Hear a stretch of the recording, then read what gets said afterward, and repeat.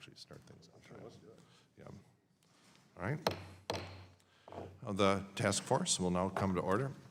Without objection, the chair is authorized to declare a recess of the committee at any time. Without objection, members of the full committee not on this task force are authorized to participate in today's hearing, consistent with the committee's practice. This hearing is entitled "The Future of Identity in Financial Services: Threats, Challenge, and Opportunities." The chair will now recognize himself for 4 minutes for an opening statement. Thank you, everyone, for joining us today for what should be a very interesting hearing of the task force to explore the dangerous threats of identity fraud, how AI is making it easier for criminals to engage in these activities, and how we can safeguard one of the most important things to have in our digital economy, and that is our identities. Identity fraud is a hugely important problem in financial services. In 2018 alone, almost $15 billion is estimated to have been stolen from U.S. consumers online. This doesn't include the more indirect future costs of having a compromised identity. Today, criminals have lots of tools at their disposal to get at sensitive consumer financial data. There's a complicated situation a member of Congress finds themselves in that we get briefing like the one I just received from Ms. Walraven, where you go through just how massive the problem is and the techniques that are available, and we realize that mentioning them in public is not a wise thing to do. And so this puts us in a tough situation. But I urge all of my members and all of my members on the committee here and their staff who's interested to get those briefings from members who are testifying today to just see how big a problem this is, because it is, it's costing us probably a lot more than that $15 billion. There's a large number of tools that criminals are using today. Things like phishing, ransomware, malware attack, they're already rife within financial services, and these cyber intrusions are only becoming more sophisticated. In the news this week, there were the story of a voice synthesizer, AI-enabled voice synthesizer used to generate fake instructions from what an employee thought was his boss to move money somewhere where it shouldn't have been moved. And so that sort of attack is going to accelerate as the technology gets more advanced and more widely deployed. And the stakes in this are enormous. With simply a name and address and a social security number, criminals use stolen identities to steal credit card numbers, bank account numbers, obtain fraudulent IRS and Medicare refunds. The list goes on and on. Financial services is at the front lines of this attack. More than 25% of all malware attacks hit banks and other financial services organizations, which is more than any other industry. In addition to the billions of dollars that financial institutions spend a year on cybersecurity, they also spend over $25 billion a year on anti-money laundering and know your customer compliance, with large institutions spending up to $500 million annually. Artificial intelligence is only enhancing the cyber criminals' arsenal. AI can be used more quickly to find vulnerabilities in a bank's software. It can be used to impersonate someone's voice or face in a phishing scam, much like those deepfakes that everyone's aware of. It can be used for something that's called synthetic identity fraud. That's where criminals make up fake online identities by combining real and fake data from lots of different people, along with social security number of a person, often a child, which they can buy very cheaply off the dark web or even the non-dark web. These fake identities look completely real, and the criminals can use them to open new bank accounts and a record of new financial transactions that make the synthetic identity look more and more real. And at the end of this, the unfortunate common practice is the so-called breakout, where you simply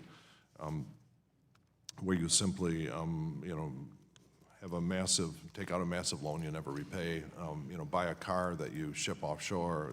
This sort of scam happens using these synthetic identities.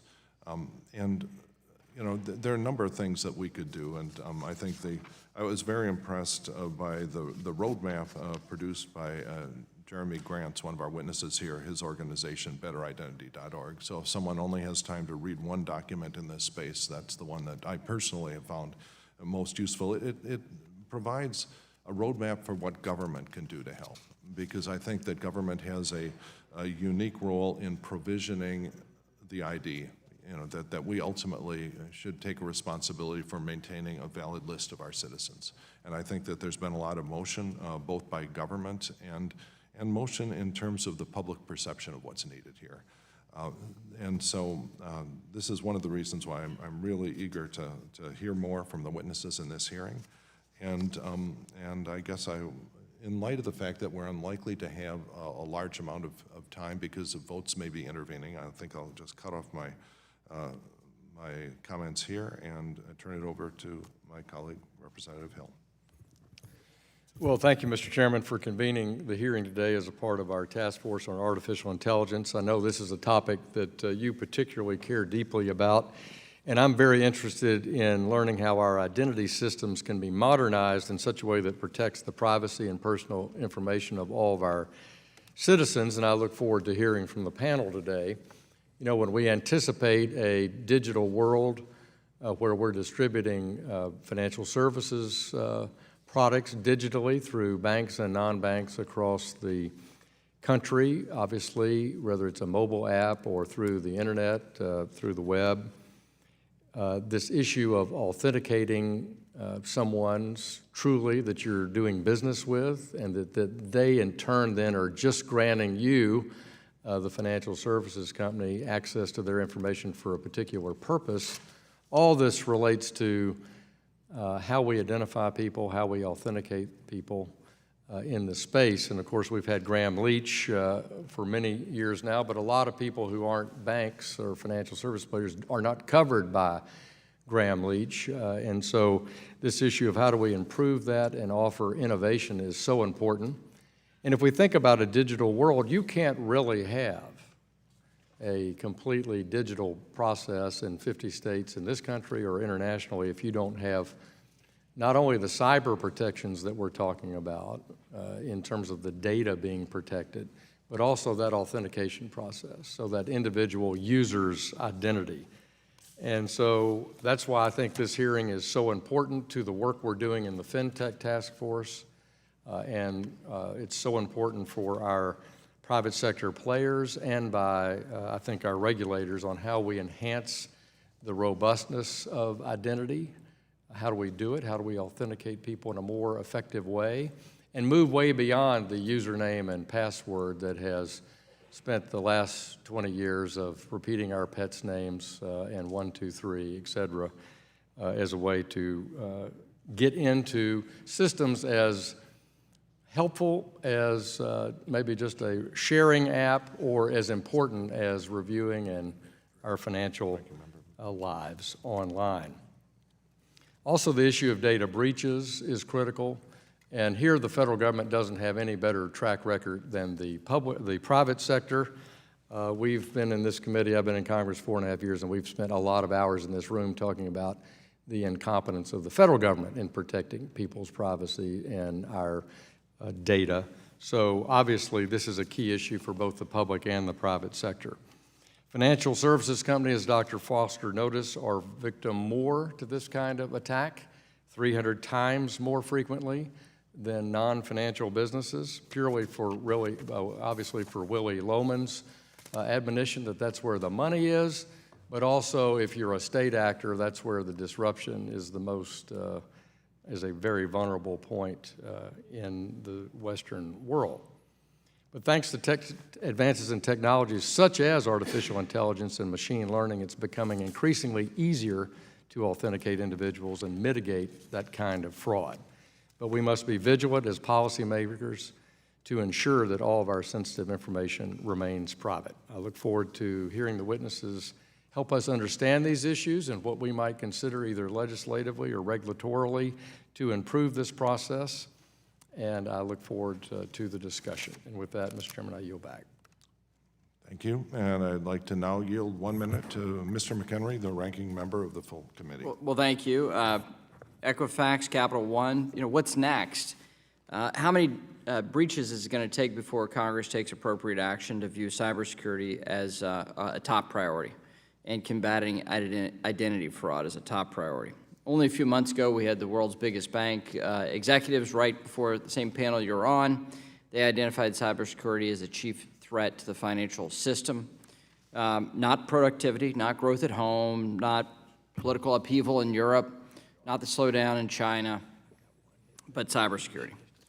What I appreciate about this panel is that and I appreciate the work Mr. Foster has brought to the table here, because we begin with a bipartisan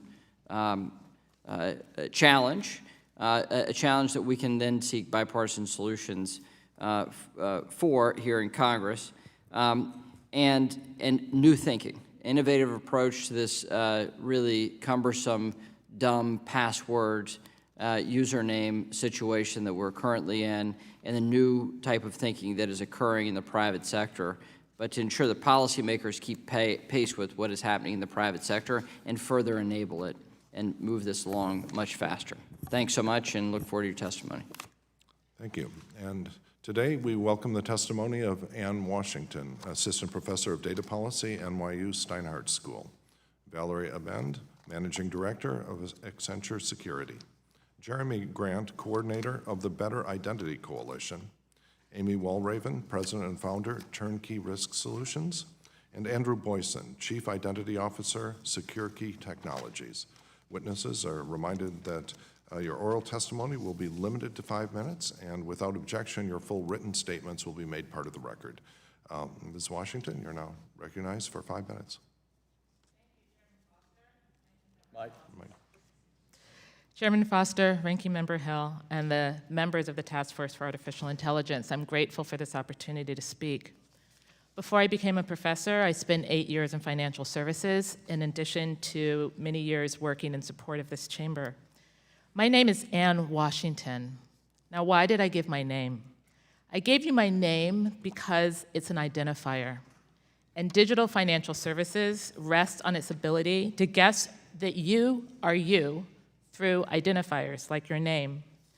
Artificial intelligence goes further by taking actions based on a presumed identity, and those actions have serious consequences.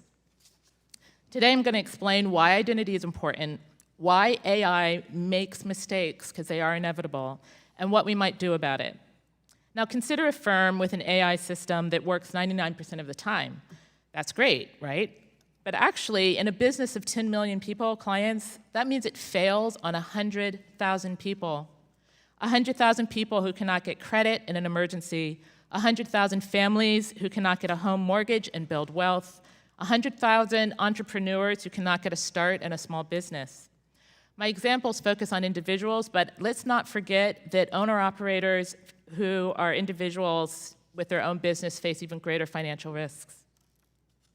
Much of the data technology today was originally designed for marketing purposes. So if I get a wrong coupon or a useless ad, it's cute, it's a momentary curiosity. In financial services, the stakes are higher. A digital mistake is detrimental and it's ongoing. A few items from the news. Jennifer Norris of Boston routinely was in danger of losing her job because of an inability to resolve a dispute about her identity. A teacher in Maryland had to give up her livelihood because she was in a profession that required continuous recertification. As depicted on this slide, this New York novelist sees herself in all of her daily roles: an author, a parent, a friend. She probably does not see herself primarily as a New York driver. The next slide shows you how her computer sees her. She is just the information on this slide, primarily a name and a birth date. Yet someone else in New York has the exact same name and the exact same birth date. The Lisas have no recourse to resolve this confusion. No organization can fathom the likelihood of this coincidence.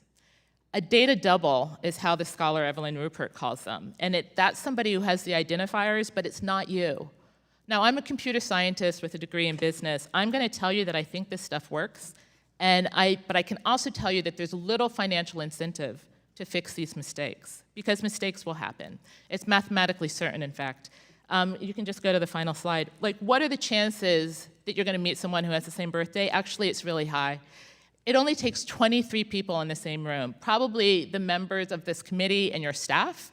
There are 2 people who have the same birthday. If you go up to at least 75 people, I don't think we have that many here, it's 99.9% certain. Coincidences are not as rare as we perceive them to be. So what can be done? Artificial intelligence identifiers built for a global audience need to scale. That means you have to respect naming practices that come from different religious traditions or different cultural traditions, or even non-Latin characters. Finally, I'm going to argue that we need a way to get feedback back into identity systems. As a technologist, I want to know how I can improve and also incrementally make these systems better. It could also help lead towards procedures for handling errors and exceptions. One example is the MIDAS system in Michigan, which accused jobless people of fraud without recourse. And that's one example of the way that AI systems need a feedback mechanism. Now, I argue that the authority of human experience must balance the authority of data. Why? Because stats happen, and experience matters. Each of you has someone in your district office who does casework. Why is that? That's a recognition that institutions sometimes obscure the needs of individuals. What will be the resolution process for identity disputes in artificial intelligence?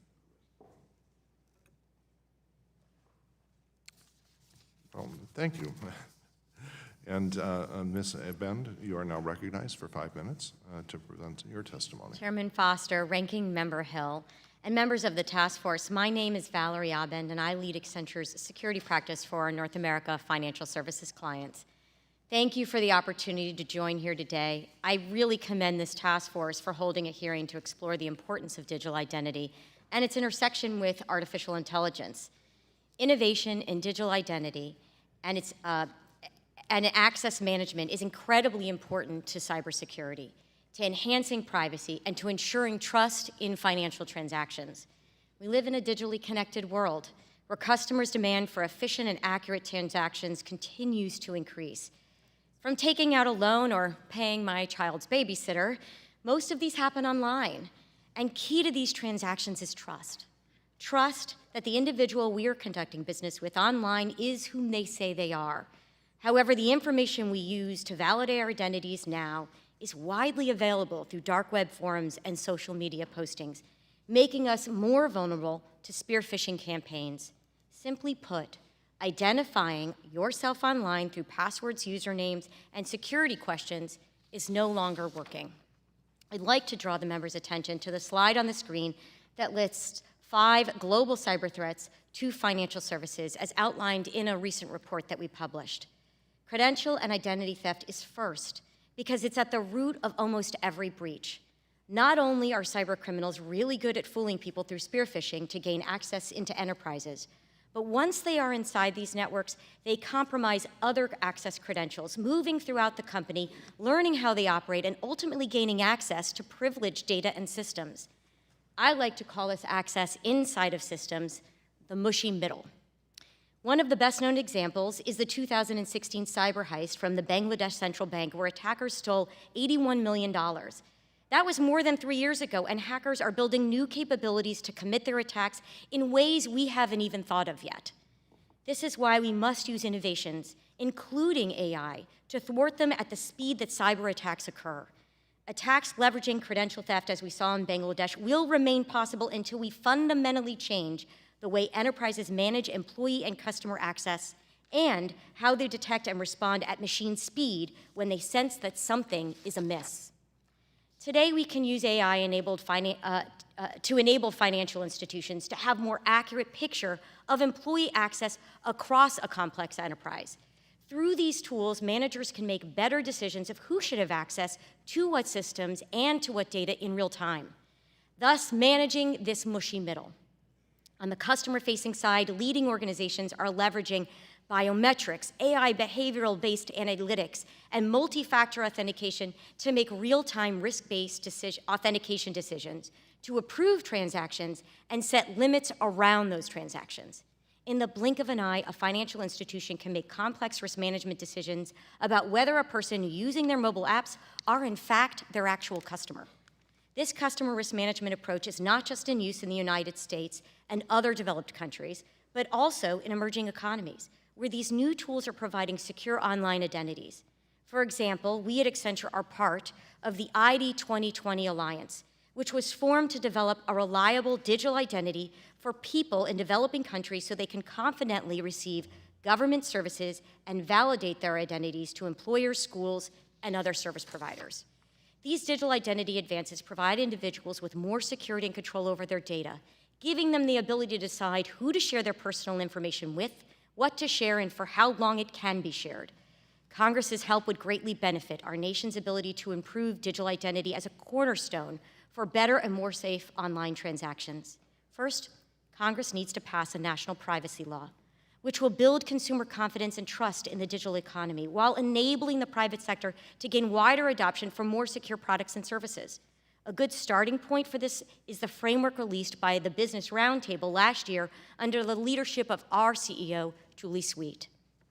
Second, Congress should help foster an environment for digital identity innovation through proofs of concept that enable the testing of new capabilities and their ability to scale.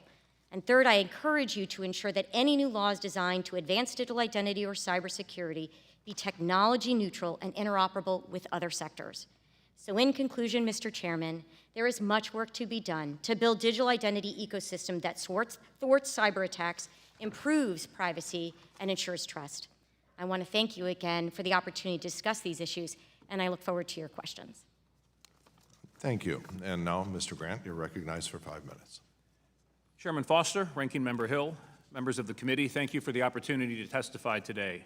I'm here on behalf of the Better Identity Coalition, an organization that was launched last year focused on bringing together leading firms from different sectors to work with policymakers to improve the way that Americans establish, protect, and verify their identities when they're online. Our members include recognized leaders from financial services, health, technology, fintech, payments, and security. Our 22 members are united by a common recognition that the way we handle identity today in the U.S. is broken, and by a common desire to see both the public and private sectors each take steps to make identity systems work better. Let me say up front that I'm grateful to this task force for calling the hearing today. The way we handle identity in America impacts our security, our privacy, and our liberty. And from an economic standpoint, particularly as we move to high-value transactions in the digital world, identity can be the great enabler, providing a foundation for digital transactions and online experiences that are more secure, more enjoyable for the user, and ideally more respectful of their privacy. But when we don't get identity right, we enable a great set of attack points for criminals and other adversaries. A whopping 81% of cyber attacks are executed by taking advantage of weaker stolen passwords. 81% is an enormous number. It basically means that it is an anomaly today when a breach happens and identity did not provide the attack vector. And outside of passwords, we've seen adversaries seek to steal massive data sets of Americans, in large part so they can have an easier time compromising the questions that are used in identity verification tools like knowledge-based verification solutions, KBV. A key takeaway for this committee to understand today is that attackers have caught up with many of the first-generation tools that we've been using to protect, verify, and authenticate identity. Now, there's a lot of reasons for this, and there's certainly blame to allocate, but the most important question is, what do government and industry do about it now? Now, that's a key point, government and industry. If there's one message I think this task force should take away from the hearing today, it's that industry has said they cannot solve this alone. We're at a juncture where the government will need to step up and play a bigger role to help address critical vulnerabilities in our digital identity fabric.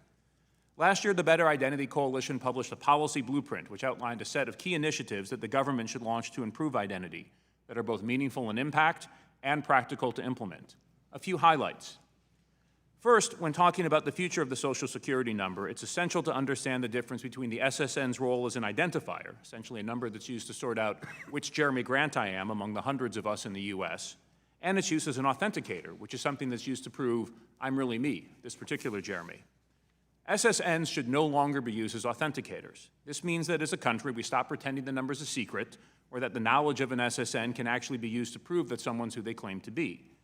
But that doesn't mean we need to replace them as identifiers. Instead, let's start to build systems that treat them like the widely available numbers that they are today. I've yet to see any replacement proposal around SSNs that does not involve spending tens of billions of dollars, confusing hundreds of millions of people, and not really giving us much security benefit. Second, on the authentication topic, there's good news here. Multi-stakeholder efforts like the FIDO Alliance and the World Wide Web Consortium have developed standards for next-generation authentication that are now being embedded in most devices, operating systems, and browsers in a way that enhances security, privacy, and user experience. The passwordless era is near, and government can play a role in accelerating the pace of adoption.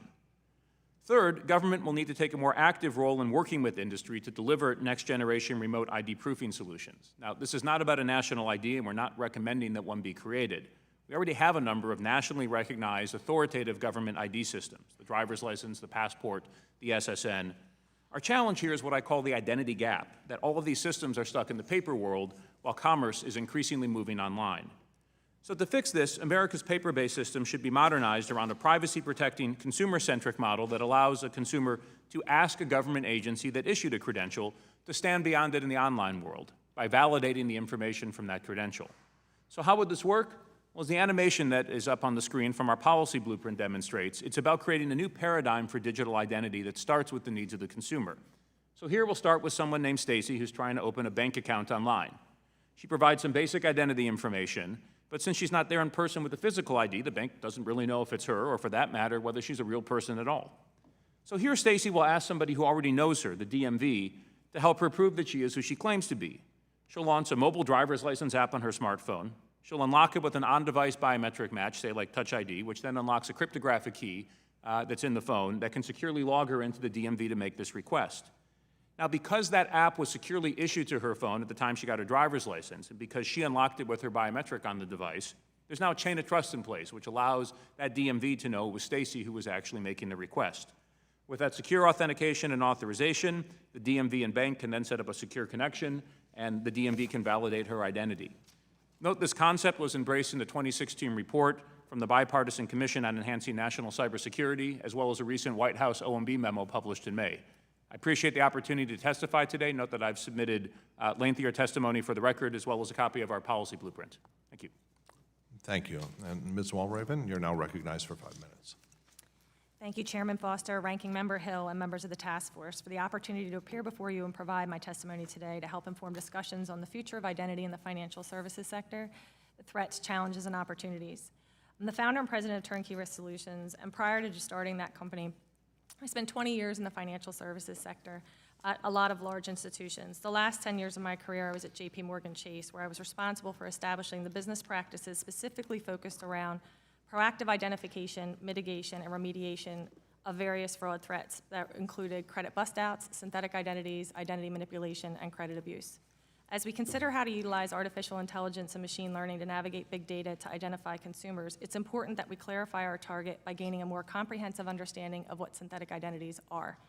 I've been asked to provide the committee a brief overview of the factors that contributed significantly to their emergence in order to better frame the threats and challenges that we're facing. For the purposes of my discussion, Chairman Foster, you covered that a synthetic identity in its basic form is a social security number, a name, a date of birth. But it's important to note that creating a synthetic identity is materially different than traditional identity theft. In cases of traditional identity theft, I'm impersonating a real person to open an account or take over an existing relationship.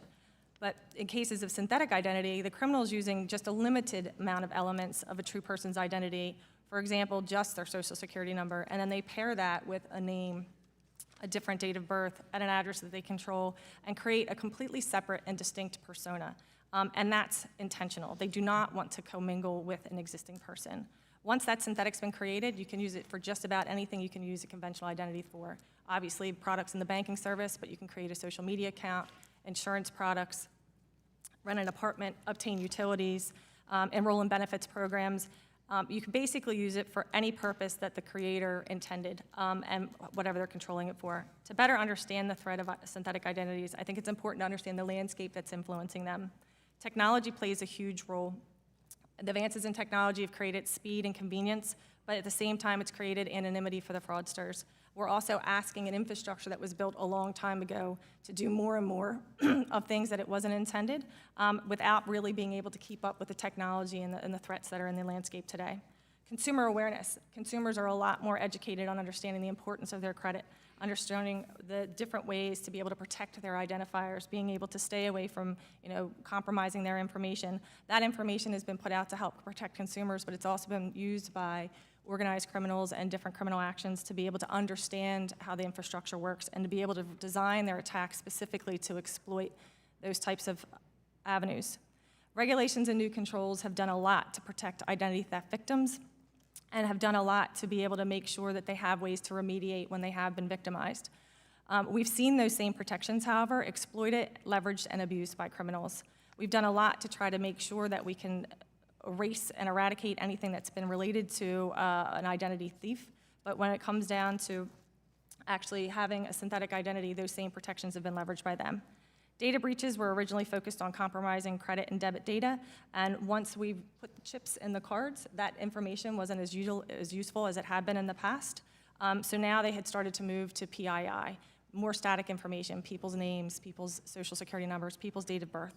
All these factors played a major role in an emergence of use of synthetic identities. This fraud threat was specifically engineered to evade existing controls while exploiting vulnerabilities in the financial service system and beyond, impacting other verticals.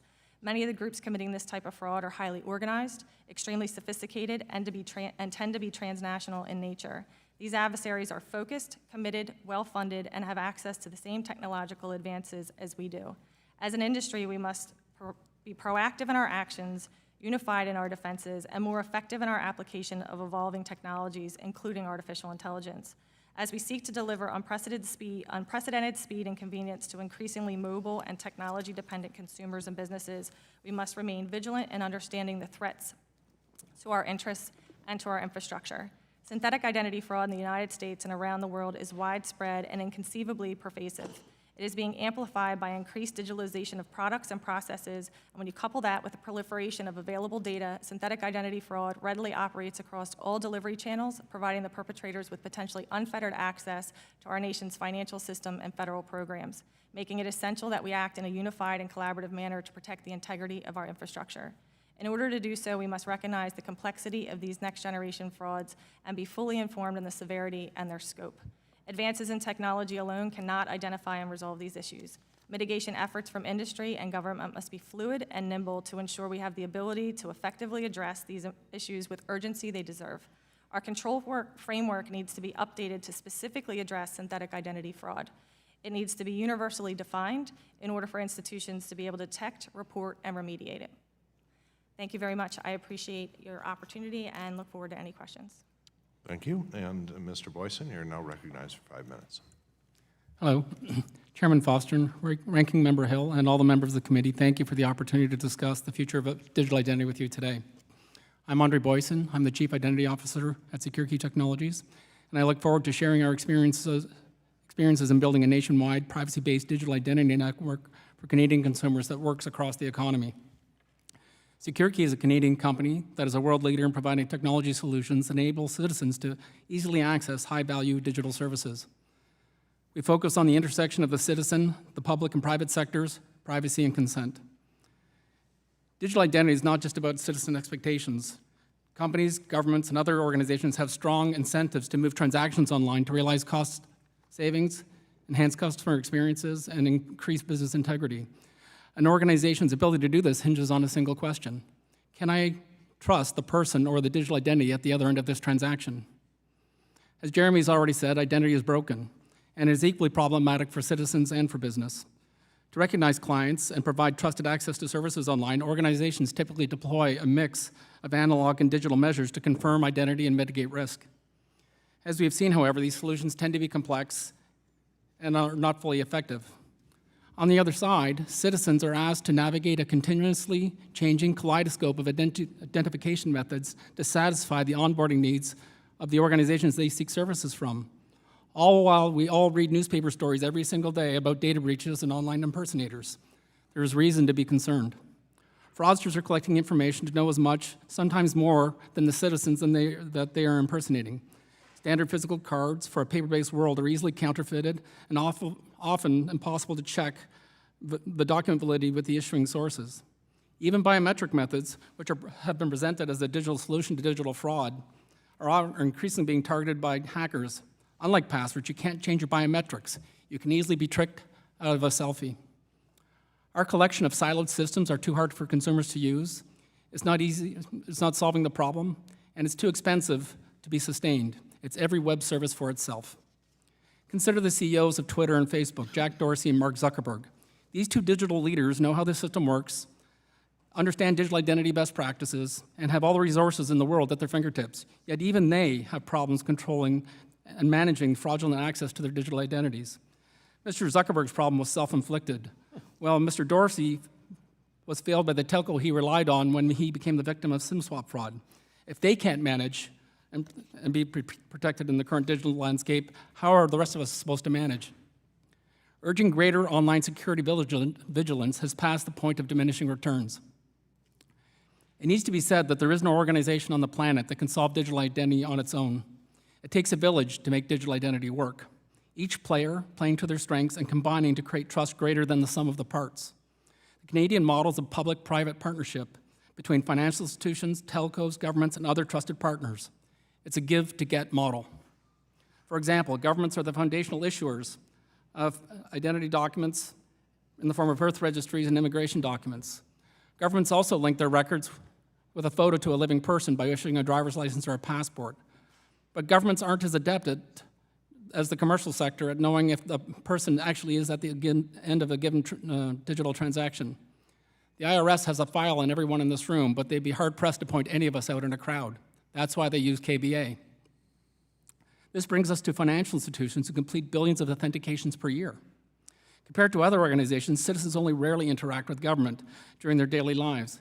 They may renew their driver's license or passport every 5 years, but they will log into their bank account several times per week.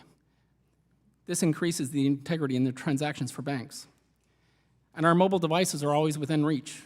The carriers have some security features that are important and that are tied to subscriber accounts. Verified Me is a service that is offered by Secure Key Technologies that is built on open standards. Verified Me was developed in cooperation with 7 major financial institutions in Canada.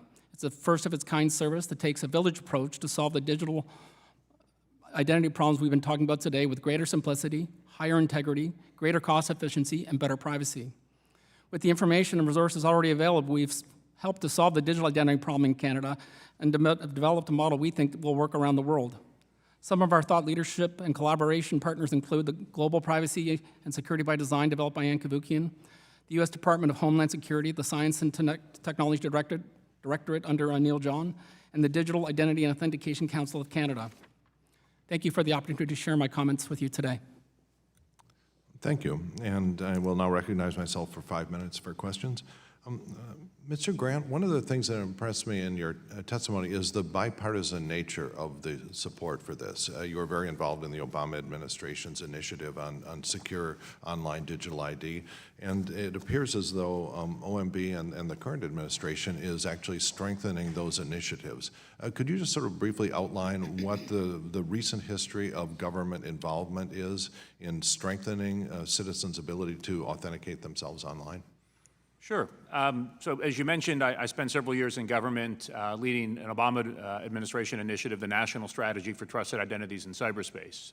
Although I was a civil servant when I was there and stationed up at NIST up the road where I served as their senior advisor for identity management and ran the program.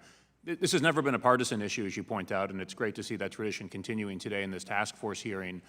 Much of what the NSTIC program, as it was known, was focused on was how to basically catalyze a marketplace. The idea was that the government's role, the way things are in the U.S., should be limited, but government should play a role where there might be gaps to fill. And there was a lot of good work that was done then that I would say is now flowing into the work that we're driving in the Better Identity Coalition in terms of looking to carve out an appropriate role for the government without one where there's too much of a role for the government.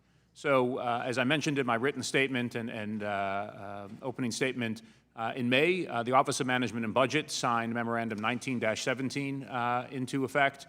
It's about 13 pages, updating a lot of the government's cybersecurity policy as it impacts identity. And we were really excited to see that they took one of our key recommendations, basically calling for agencies to create, I think the language was privacy-enhanced APIs, which would allow consumers to ask that an agency validate identity information about themselves, either for public or private sector applications. And so I think now that that's in place, there is a good policy foundation in place for the first time in the U.S. to actually start to bring government into playing more of this role for consumers and businesses. Thank you. And Ms. Washington, Ms. Abend, you both touched on in your testimony the fact that the lack of a way to authenticate yourself falls most heavily on those who are not wealthy.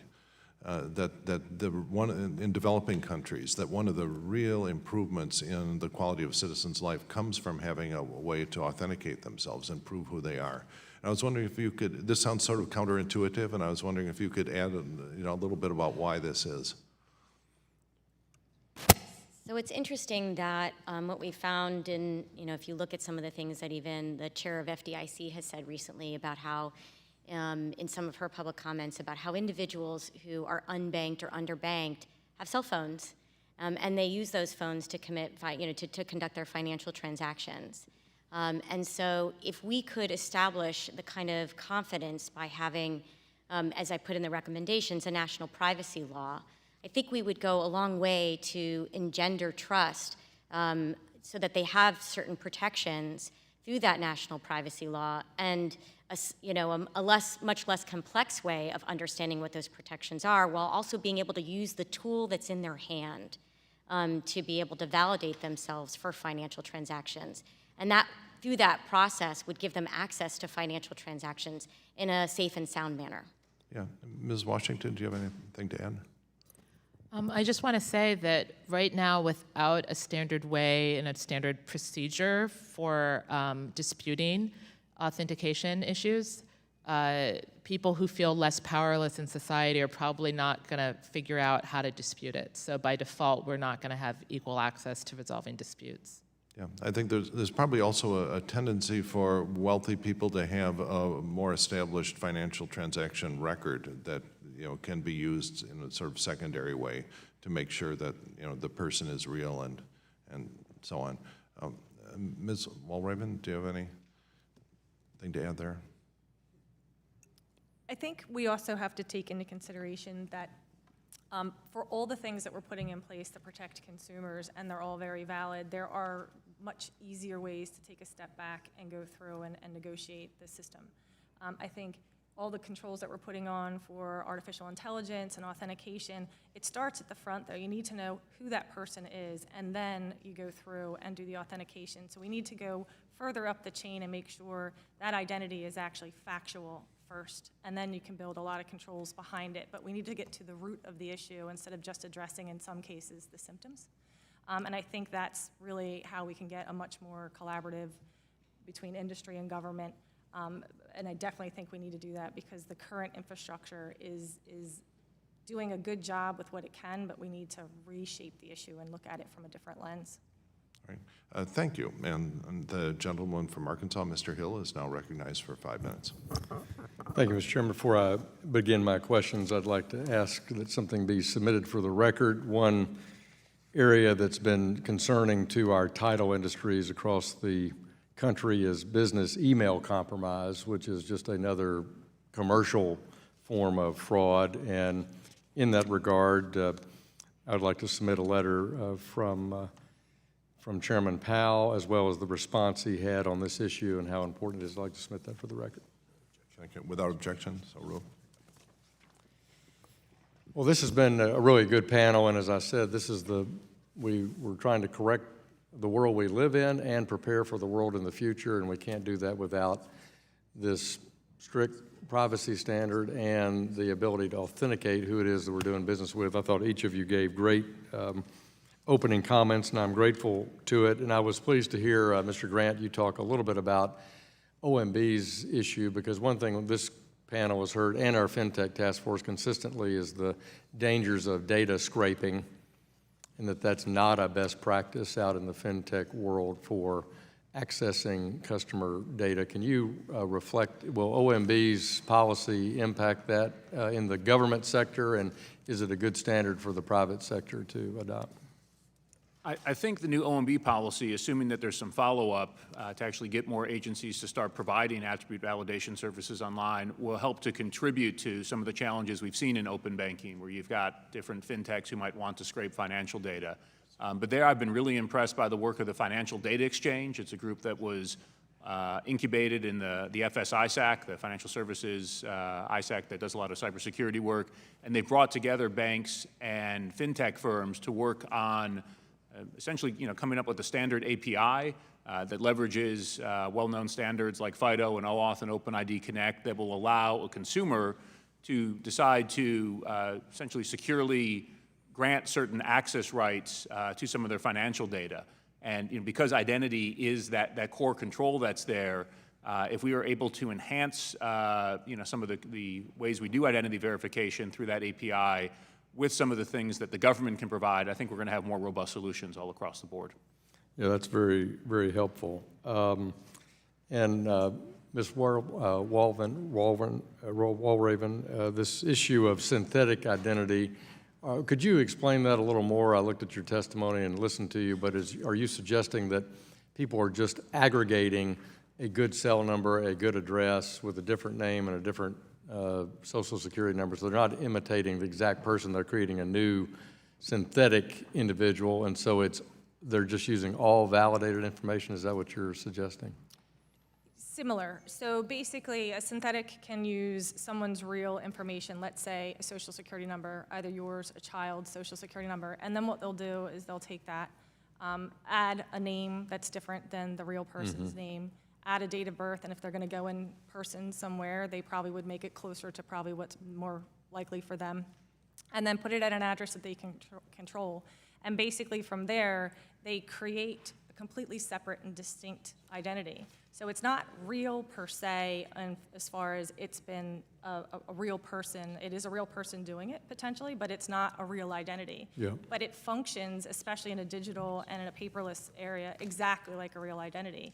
And when they create that, they know their mother's maiden name, they know the user ID and password, they know the different security questions because they created them. So when you go to do the authentication afterwards, you're not going to catch them in the existing infrastructure that we have because those credentials are known to them. Thanks for your contribution to that. Mr. Grant, I'm interested, I read recently about the beginning of the implementation of the California statute. And for the 4.5 years I've been in Congress, we've debated privacy and data breach notification here and witnessed the battle between retailers and the financial services industry, which grows tiresome here on this committee, and the desire to have a 50-state solution, which would be great in a digital world if we could do that. So now California has acted. I'm interested in your views. Is the CCPA a net positive for the consumer? Is it a decent basis in terms of the definitions they struck, the approach they took for the federal government to consider? So I think CCPA writ large, I guess we'll have to see how its implementation goes and whether it's a positive for the consumer. There's a couple things on the identity side that I've been very concerned about, including the fact that it took kind of an ambiguous approach to whether you can use data for security and fraud prevention. So as background, GDPR over in Europe did, I thought, a pretty good job saying, look, if you're using data for marketing purposes or other things, all of these rules apply. But if I'm analyzing data I'm able to capture about the way you're interacting with the device, well, that's for security or fraud prevention only, that's okay. So in California, they took a little bit of a different approach, and I think part of this might have been because the law was written in about a week I think the history of it was they were trying to head off a ballot initiative. And so they said, well, a consumer cannot go to a company that has information on them that's being used for security and fraud prevention and ask that that information be deleted, which is good. But they did not go ahead as far to say that you couldn't actually go to a company and opt out of that information being used at all. And so the concern there is that if, say, even 2% of people go to companies and basically tell them to turn off the security analytics controls that are some of the best tools we have today to prevent things like credential stuffing attacks or other spoofed identities, it's going to put people at risk, consumers at risk, and businesses at risk. And Thank you very much. Appreciate it, Mr. Chairman. We'll come back to that. Thank you. Yeah. The gentleman from North Carolina, Ranking Member Mr. McHenry, is recognized for 5 minutes. Well, thank you. It's been a great testimony, informative panel, and I think this is quite constructive. Quite constructive for what has been as Mr. Hill outlined, a rather tiresome debate between retailers and banks on who holds the bag. Without talking about progress or fixing the problem. They want Congress to intervene and make the decision on who gets sued. So let's get beyond that. Let's get to the solution set. Mr. Boyson, I'd like to hear the story of what your company is doing in Canada to verify identity. and the undertaking that you and your company have had. Thank you. There's been two generations of services that we've launched in Canada. The first one was in 2012, and that we did with the Government of Canada. It was designed to be a safe replacement for multiple user IDs and passwords. In 2012, the problem the Government of Canada had is every time as a Canadian, I went to our tax authority, every single time I forgot the password. And so their challenge was how to authenticate me. They can't do what Amazon does. They can't do an email password reset. They have to send secure mail to my house. Being a busy Canadian, I solved my tax problem with them another way, and they sent me this thing 2 weeks later. I don't type it back in, and I come back here next year and do the same thing. That cost them $40 a shot. Between the period 2004 to 2012, they spent $970 million authenticating 5 million Canadians. For the subsequent period, from 2012 to 2018, their costs have come down to roughly $200 million, an order of magnitude in savings. The reason is Canadians now are able to use their bank account to get to government. This has been transformational. The reason this works better is because Canadians are in their bank account every single week, and so they're not going to forget the password. More importantly, if they do forget the password, like if they can't get in, they're on DEFCON 5. They're going to run down to the bank right now because they're terrified their money's going to be lost. And it's that self-interest that has actually increased the integrity of the transactions. The challenge with that service, however, is that it was authentication only. It didn't solve the identity problem. So in May of this year, with all of the major banks in Canada and several other trusted partners, we launched an identity service that allows me to prove my identity in a trustworthy way based on bank, telco, and government data that I authenticate with each of those providers myself, and then I'm able to, under my control, give that to someone else when I want to sign up for a new service. So this actually increases integrity for all of those endpoints and takes their cost down and gets them better results too. Okay, so verify me, right? You use blockchain technology. Walk us through that. Yeah, so we didn't start off saying blockchain's cool, let's use it. We came at it from a very different point of view. If any organization is consuming data from a network to confirm identity, they have 3 requirements that need to be met. Requirement number 1 is they want to know the data came from an authoritative source, somebody they would know and trust today, like a government-issued ID. The second requirement that they want to know is they want to know the data has not been altered since it was written by that authoritative source. The crook didn't take my driver's license, take all my data, scratch my photo, and stick their photo on it. The third requirement they have is they want to know the data belongs to the person presenting it. So let me answer your question about why blockchain. Blockchain does 3 very specific things. The first thing is it allowed us to implement this thing we call triple-blind privacy. In Canada today, when I use my bank account to get to the government, the bank does not get to see my online destination. The government in its place knows that I came from a Tier 1 bank in Canada, but not which one. And our company, which operates the network, we don't know who you are. Triple-blind privacy says not the bank, not the government, not security, you got a complete picture of the user journey. Well, when we tried to go do that with identity, the problem was with us in the middle, we were going to get to see a lot. And we wanted to figure out a way to do triple-blind identity so I could send my data from Wells Fargo to the IRS without Wells Fargo knowing it went to the IRS, without IRS knowing it came from Wells Fargo, without us seeing anything in between. So it gave us a method to implement triple-blind privacy. The second thing, it allowed us to meet the integrity challenge, to verify and meet those 3 requirements that I talked about. And the third side benefit is we get resiliency because there's so many nodes, it's harder to mount a denial of service attack. So broadly, that cryptography, the blockchain cryptography is this leap forward in order to ensure that you can have that movement of data. But here's a different question. Is there a different cultural assumption between the United States and folks in the United States versus folks in Canada about their digital identity and that willingness to share that data? I would say the stance of Canadians and Americans is very similar on this front.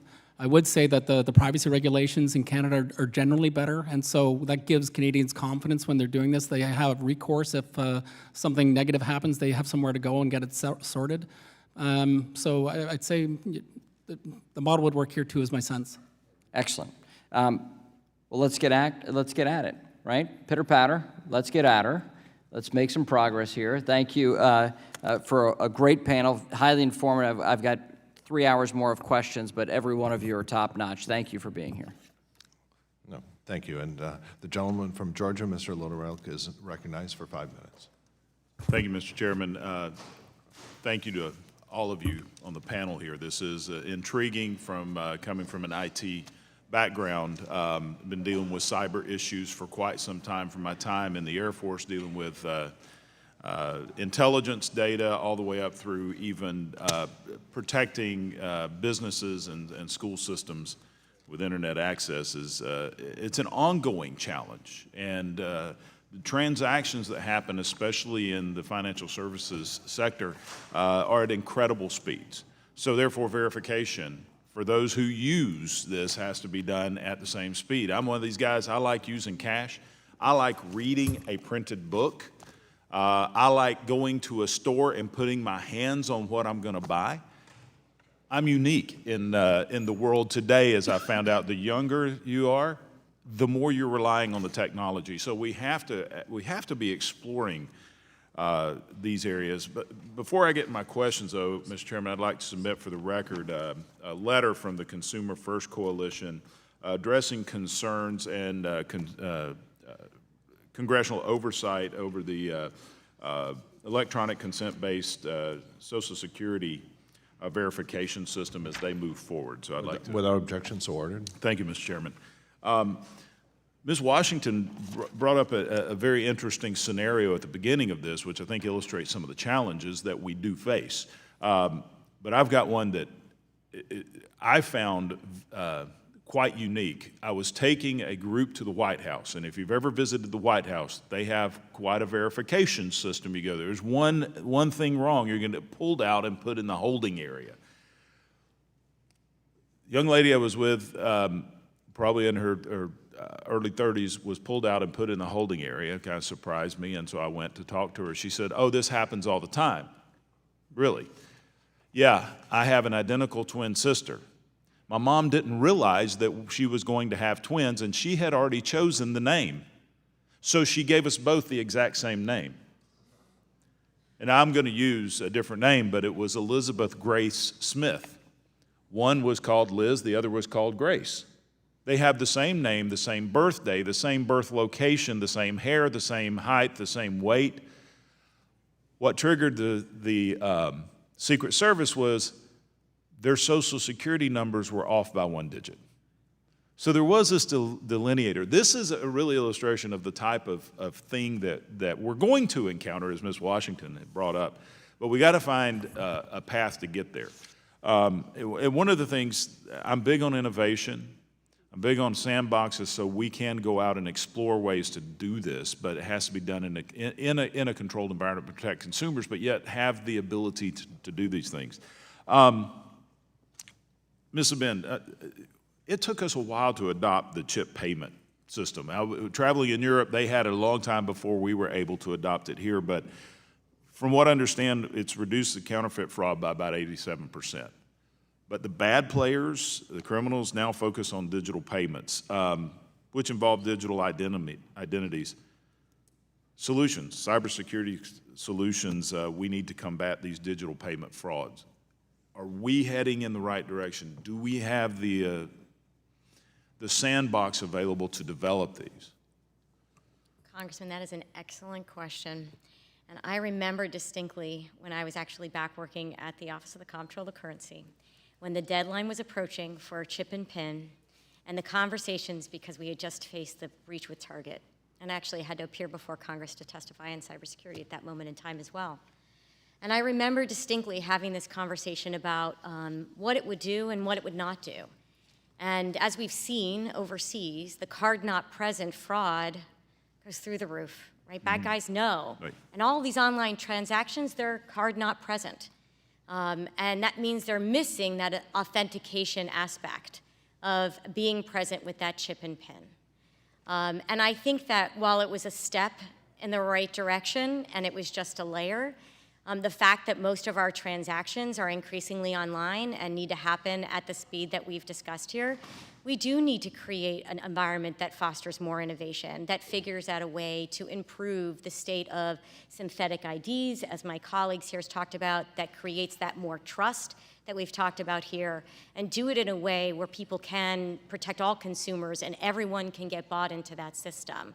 And I think that's why my colleague Jeremy and the Business Roundtable that I mentioned earlier that has over 200 CEOs have a lot of alignment around what needs to be done to create that transparency for consumers with privacy, a national privacy law, while also creating a better ecosystem where we proof people to enable them for online transactions. Thank you. And as the ranking member, I have tons of questions. This is intriguing, but I'm already out of time. I'll submit the others for the record, but I think there is some, I agree with Ms. Washington on her concerns, but I think the solution, because those in low income are using electronic transactions as much or more as some others are, and we've got to be able to find a way to positively protect them as well. And thank you, Mr. Chairman.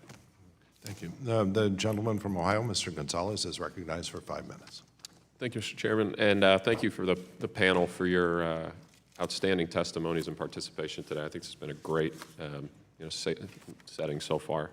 Mr. Boyson, I want to kind of drill down on some of Mr. McHenry's questions around blockchain specifically. So we'll spend some time there if you don't mind.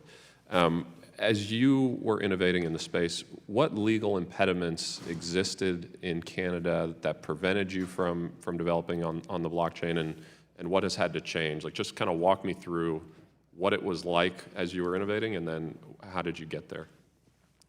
Sure. Well, one of the biggest challenges, in fact, is when you look at all across the economy, the most rigorous process we go through as consumers when we get identity proofed is when we go to a bank, and it's a regulated process. They have KYC and AML.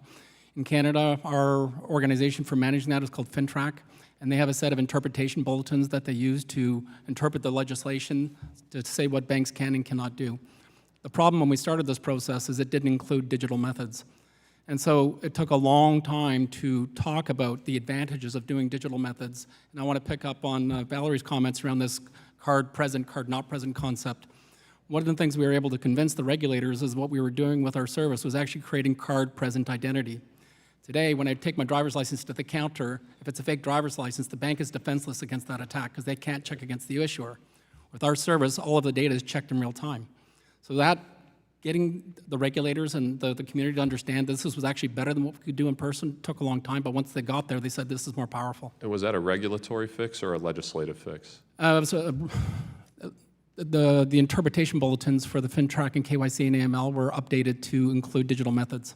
Legislatively? Yes. Okay, so your legislature had to act. And then as you look at the U.S., where do you see similar holes where we should be legislating to enable the technology? So Canada had an advantage in trying to get a scheme like this going because we have a small set of banks, we have a small set of provinces, and a small set of telcos, so we could kind of get everybody in the room. Your economic construction here is a little bit different. You've got 3,000 banks, you've got 50 states. Luckily, you've got a small set of telcos. I do think what the learnings in Canada can be applied to the U.S. model, so I will say that there's a lot of work being done with U.S. organizations to launch a similar service to the one we have in Canada here in the U.S. That's down the track, but more work needs to be done. But I think there will be similar challenges where the regulatory updates are going to be required to support it. Okay. And do you have any specifics in mind on, hey, here's how the SEC is interpreting this, and this needs to change, or anybody else, frankly? And Mr. Grant, you're kind of nodding. Yeah, so I can provide it as a follow-up testimony for the record. I could get to our legal counsel who's actually done a lot of work here, and I'll submit that for the record, and you can review that after. That would be fantastic, Mr. Grant. Yeah, I'd say, so if you look at our membership, about half of them are firms in banks or payments or fintech. And one of the things we specifically called for was for Treasury and the regulators to do more here. I'll say they've been really receptive to our discussions with us. The message we've gotten is if you're seeing a barrier to digital identity innovation, please let us know. Marshall Billingsley, who I think is Assistant Secretary in the Office of Terrorist Financing at Treasury, announced that Treasury wants to do a tech sprint working with industry in the next year to try and help bring regulators and innovators together. I think it's, I continue to ask my members every month, are we running into things that's precluding innovation, particularly at the intersection of identity and financial services? And I think that the biggest answer we get is sometimes there's a regulation, there's just ambiguity, and then the compliance people kind of have their freak out, and so it's hard to move forward. But I'm actually bullish there. I think where we need a little more effort, we talked before about the OMB memo, which is a nice start, but policy memos come out all the time from Office of Management and Budget and get ignored. And so I think we need more of a formal government-wide initiative, hopefully convened by the White House, to try and look at how to bring agencies together, potentially with industry, to figure out how to take this to the next step. I think more work needs to be done in my old agency at NIST on a framework of standards to help put a foundation in place. And I think agencies could benefit from a center of excellence in government as well that could actually help. Social Security Administration right now is developing an attribute validation service. Congress told them to do so last year, in fact, thanks part to the work of this committee. But getting other agencies to do that, they'll need some technical help. And these are little steps around the edges that can make a big difference to solving this problem. Thank you. And again, I want to thank everybody for the time and energy on this. Mr. Boyson, we will follow up, and I yield back. Thank you. Now, the gentleman from Virginia, Mr. Riggleman, is recognized for 5 minutes. Thank you, Mr. Chairman. I hope I can have 60 minutes to question the panel, please. Thank you. It's good to be here. And Ms. Washington, thanks for your, at the beginning when you talked about birthday. My birthday is March 17th. Show of hands, St. Patrick's Day. Well, look at that. So anyway, no one. So, man, my goodness. So I want to give my background really quickly because I'm actually get excited about this stuff. So my background was in military intelligence, about 26 years combined in the military and doing this, was tracking people and finding their identities without them volunteering their information. So I might come at this a little bit differently, but it's also sort of the bridge between technology and operations and how this would happen. So my questions might be a little bit more esoteric and a little bit more fun, I would hope. Right now, so I have about 50 questions I'd written down, so I'm going to try to go quickly. So I always have too many to go quickly. And Ms. Aben had said something beforehand, and I'll start the line of questioning there. And I want to start here. I'm going to start with sort of the bottom line up front, and then I'm going to go backwards with technology. And here we go. So it does sound like the use of AI will be a critical part of ensuring security and digital identity. I want to know, should we be concerned that this kind of technology could be cost prohibitive, and I am starting at the back, or otherwise unavailable to smaller financial institutions or even companies? Do you think that's something we have to worry about? So I think that anytime you deal with innovation, it's actually interesting. Some of the smaller companies in the world are really creative, and they partner with Accenture to actually make those possible and to make them scale. But I do think we need to find ways to actually help smaller companies actually be able to leverage some of these capabilities that you're pointing out, AI being one of them. And to that end, I actually would commend the ranking member's effort in his own district in Little Rock, Arkansas, to actually create an innovation hub where community institutions can actually learn how to take advantage of these things. And I think the other way to actually help them scale to the benefit, particularly of smaller entities, and in this case, community institutions, is to actually help them do that through the partnerships with their third parties, their large-scale technology service providers. And so, this is why I get excited about this, because we all are sort of creating our own unique identifiers, our own UIDs. But so a refrigerator has one also, and I don't want to be mistaken for that. So as we go forward, do you see private companies, and here's my questions that get a little less, do you see private companies rejecting individual or business transactions with other entities based on insufficient authentication of identity? And when I look at how people are going back and forth and utilizing sort of their own signatures, my question is, are we going to get to a point, and this is where I get a little bit excited and a little bit, my head starts to explode. Do we get a little bit excited? Are you going to see private companies actually creating their own unique ID sort of set of criteria? And then do you see them ensuring that criteria, ensuring that identity is doing transactional issues with other companies and then rejecting those companies? And that's the thing that, and I know Mr. Grant, and I listened to what you've been doing in Canada, I'm almost wondering if we're going to get to a point where companies are going to be judged based on their criteria for how they protect our identity and other companies rejecting that identity based on UIDs. And do you guys see that happening in the future? I mean, Mr. Grant, go ahead. Well, for years, one of the things we've been trying to do here in the U.S. and really in a lot of countries abroad has been looking at whether we could have certification programs for private issuers of identity. So, I talked today about the role of government, but my bank knows me. In fact, that's, sort of at the foundation of what's happening in Canada as well as what I think we'll see in the U.S., because they have to figure out who I am before they open an account. So could they then vouch for me other places? Could I log in with my bank somewhere, perhaps to the Social Security Administration? So there are certification programs in place today from organizations. The one that's most well known is called Kantara. That's actually been recognized by the General Services Administration as what they call a trust framework provider to certify the way that a private sector entity issues an identity. And so, going forward, I talk a lot about the concept of an identity ecosystem. There's components industry is going to provide, and there's components government's going to provide. And I think we're going to be able to create some hybrid solutions that can really bring in, frankly, the best innovation the private sector can deliver, but that access to the authoritative data sources that only government has. Government's the only entity that authoritatively confers identity. If you can merge those together, you can give people something that's portable that they can use every place they go. Well, geez, you're in my head. So do you believe, if we're creating, say, this identity token, and you're talking about these standards, do you think, we're dealing with unstructured data, we're dealing with new things like natural language processing, things like that. Do you believe there's ever a time where we're going to be able to customize our token where the only way we can find our identity or make our identity known is the stuff that we actually customize with that information? Do you think that's the future where we own our identity by customizing our own information within the token? There's a lot of focus these days on how you can allow people to only reveal certain things about themselves without revealing everything. And I think there's some great models that are in place these days that will give people very granular choice about what they share about themselves online. When we talk about the privacy debate in this country, and it's getting a lot of attention on the Hill, so much of it's tied to identity. What information's collected on me? What do I want to be collected? Well, I might want this company to know these 4 things, but not these 7.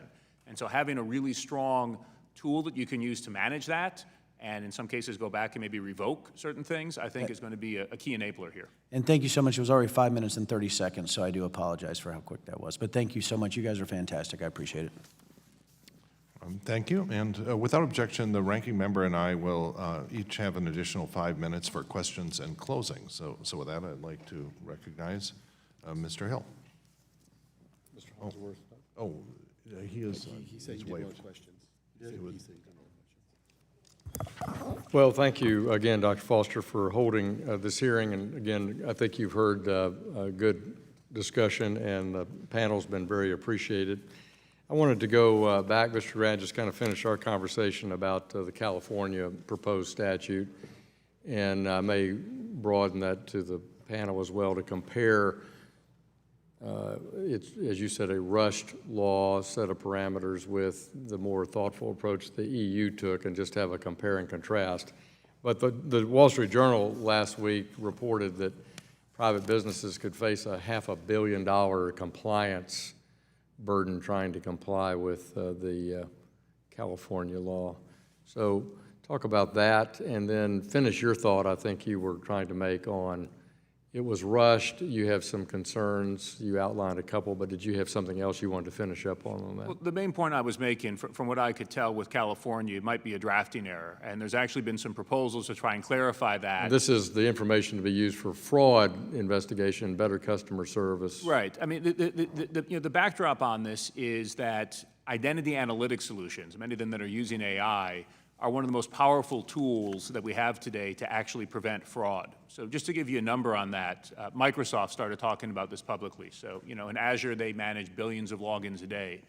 2 years ago, they were seeing about 10 million attacks a day. A year ago, they were seeing 100 million attacks a day.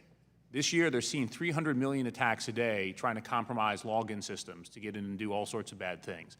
That's a 30 times increase in 2 years. The way that they're actually combating this is with data-based analytic systems, some of which might be collecting things that would fall under the definition of personal data under GDPR or CCPA or other proposals. So long as you have a carve-out that says that's okay if you're worried about security and fraud protection, you just can't take that data and use it someplace else, we're good. In fact, in Europe, because GDPR is clear on this, the European Banking Authority is actually actively promoting the use of what they call transaction risk analysis to secure payments under the PSD2 directive over there for open banking. So I think the concern here is if it's more ambiguous, or certainly if we're considering federal privacy legislation that doesn't say it as clearly, if 2% of people start calling up Microsoft, to give the example I suggested, and say, don't use those systems, turn that off, what are they supposed to do at a time when attacks might go up another 10 times next year? That's my concern. Very helpful. And you mentioned open banking in the UK, for example. And Canada as well, so I might ask Mr. Boyson, first of all, does anybody else want to add to that comment on California? Anybody have a comment on California? Okay, Mr. Boyson, on the privacy directives in Europe and what you've done in Canada, has Europe and the UK, to your knowledge, solved this password authentication process in order to make open banking be a safe activity? Because clearly here that would be an open question, I would think, about open banking. Yeah, open banking is a singular term, but the way it manifests in each country has turned out to be a little different. In some countries it's compulsory, in other countries it's optional. In some places it includes the ability to do push payments, in others it doesn't. So it's not a uniform application of how it works. But what I will say, however, is one of the fears of open banking is it's going to cause asset stripping. What's going to happen is the banks are forced to open up their APIs and give out the data at no cost, and then the consumer is going to give this to some new startup who doesn't have the same controls the bank does. That fintech's going to get breached, and then the consumer is going to come back to the bank and say, how did you let this happen?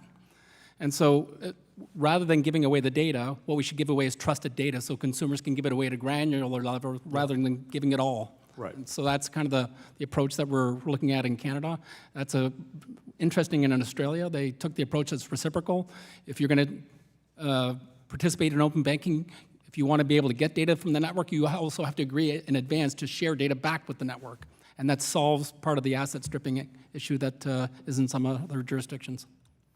Good. Well, I think I'm interested in what we need to do regulatorily again, limiting our conversation here to financial services about how we handle this requirement of an API approach and a discrete approach instead of just allowing scraping. I hear from, startup entrepreneurs in the fintech environment, well, you're disturbing the customer the customer experience by doing that. But I would argue customers' experiences get really messed up when everything is stolen from them. So that's not a good idea, too. Is there something specific one of our regulatory agencies could do in this area?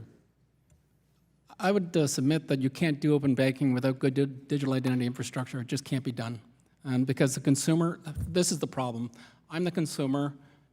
You're the bank that's trying to represent me, and Jeremy's a startup that wants my data.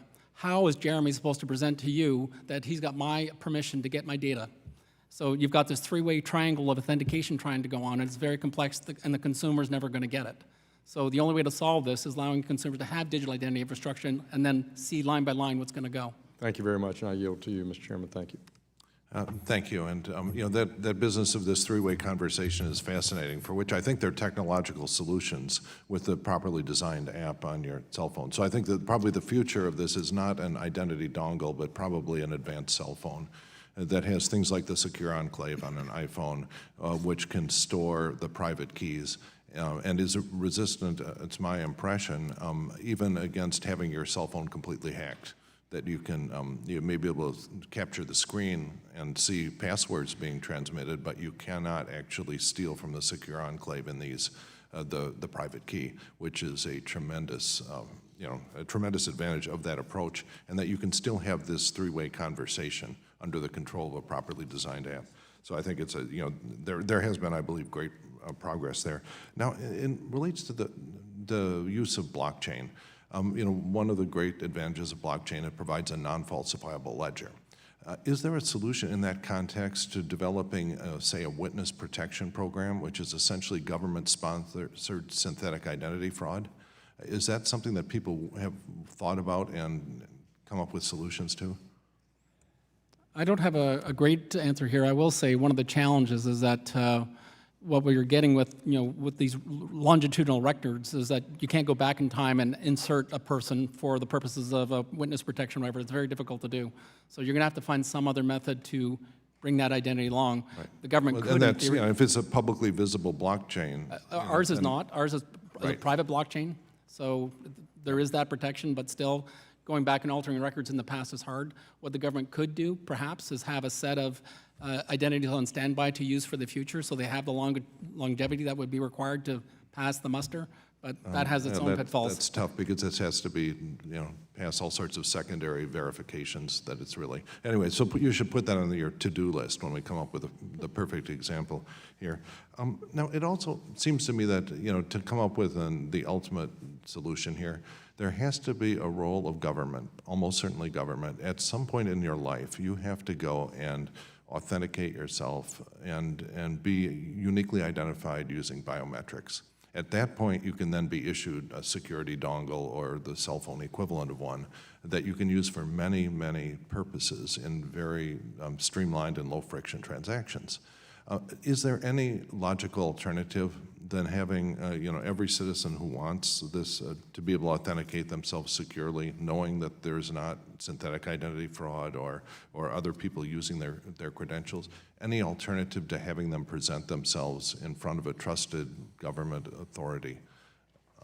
So I would say we need to learn from payment systems when we try to do identity. David Birch has this famous phrase, identity is the new money. And comparing identity to money, there's a lot of things we can learn. So when you look at the global payment system with EMV cards, we have 6 billion cards in circulation, and they've never been compromised. And what's good about this model is you can have your favorite bank, and I can have my favorite bank, and we can go to any merchant on the planet with no prior relationship and we'll get what we want. More importantly, when we lose the card, we call the bank right away because we're terrified we're going to be responsible for the results if we don't. So that integrity is what makes the process work. So in payment systems, these 3 things make the global payment system work. The first thing is we made it super simple for the consumer, and we hid the complexity away so they don't have to understand anything. We don't have to train users how to use credit cards. Thing number 2 is we have a trusted network operator. The crooks can't pop up in the middle and say, hey, I'm a crook, I take Visa. Right? You have to apply to get in the network, and you have to behave well to stay in the network. The third most important thing that keeps the global payment system safe is user behavior. When I look at my wallet and see my card is gone, I'm going to be on DEFCON 5. I'm going to run down to the bank to turn the thing off because I'm terrified I'm going to be responsible. Yeah, but I think Ms. Walraven, I think, would feel, well, I don't want to put words in your mouth, but you know, this system is not perfect that he just described. Synthetic identity fraud, you know, can still permeate such a system. Agreed. I think that's when it comes down to understanding, knowing your real customer, because we do have, you know, controls in place that are supposed to do that, and we all assume that banks know who their customers are. And I know that I'm coming from the banking industry, I know that everybody's trying to do that. But considering the fact that synthetics are as prolific as they are, considering that they are as widespread as they are, considering that they're growing in a force multiplier, I would contend that they don't actually know their customers. So I feel like if you have an issue that is not right at the root, and then you compound on top of that, you actually just make the issue later worse because you get this false sense of trust. You get this false sense of security, and it doesn't allow you to actually really be able to contend with those types of individuals, and that actually bodes to exactly what they're looking for. They want to be seen as a regular traditional customer. They don't want to send up any red flags because they don't want to get caught. They want to be able to continue to navigate through the system, and currently they're navigating pretty well unfettered for the most part. Yeah, but if you think of the example that Mr. Loudermilk gave of the identical twins with identical names, you know, they differ only in their fingerprints. So at some point in their lives, it seems like they have to present themselves to some organization, almost certainly a government, who has to go and look and dedupe all of the people who claim to have that name. And using, I think there's no alternative to very advanced biometrics of some kind. And you know, this can be an optional system, but if you're going to provide citizens who want one with a secure means of authenticating themselves, you have to have this moment in their lives. And Mr. Grant, do you have any comments on that? Yeah, I'd say biometrics can play a role. I worry about saying there's a solution. In part, I tend to get very nervous when we talk about creating new central databases of biometrics, in part because if there's one thing we've learned, it's that like any other type of valuable data, we're not really good at protecting them. And, you know, Exhibit A for that was the OPM breach of 2015 where, you know, I have a top secret clearance. All of that information from my SF-86 and the images of my fingerprints are now in China. And I think at least 2/3 of this room probably has the same thing, understanding who's here today. Which means that I would never want to use a centrally matched fingerprint system online where they didn't know I was there to protect anything of value because a nation state can spoof a fingerprint based off those images. That said, there's some really helpful tools. So, you know, the DMVs these days, most DMVs are using face recognition for deduping. So if I were to go in as Jeremy Grant to the DMV and then show up 3 months later under a different name, they're able to say, oh, looks like you were here before. Let's at least, and mind you, the face recognition's not perfect, but they can toss that to a fraud investigator to figure out if they should issue a second credential. Leveraging that process, I think, is really important. One of the things we point out in our policy blueprint is the driver's license is the one thing that most Americans get in their lifetimes where they have a robust in-person identity proofing process. And it's really valuable, and we think people should be able to reuse it, and the DMVs will play a role. But I will flag only 87% of adults have a driver's license. And in fact, one thing we're seeing these days is that it is harder than ever to get one thanks to things like the Real ID Act from 2005, which on one hand, look, there were good security reasons for it, and it has put a very robust federal standard in place for in-person identity proofing.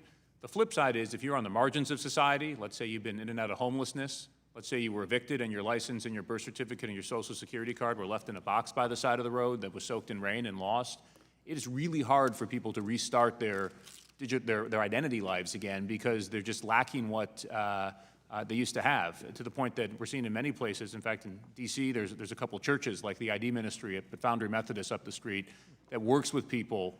So No, there's no, just I'm some afraid big I'm going to issues have there to flag. gavel myself, my time out here. The votes have been called, and let's see, without objection, I'd like the report from the Better Identity Coalition to be included in the record. Without objection, so ordered. And I just want to thank the witnesses for their testimony. You know, I think, you know, this is, I think, at the root of so many problems that we have, that we're going to be facing. And without objection, members will have 5 legislative days with which to submit additional written questions for the witnesses and to the chair, which will be forwarded to the witnesses for their response. And I ask our witnesses to please respond as promptly as you're able. Thank you again. Task force is adjourned.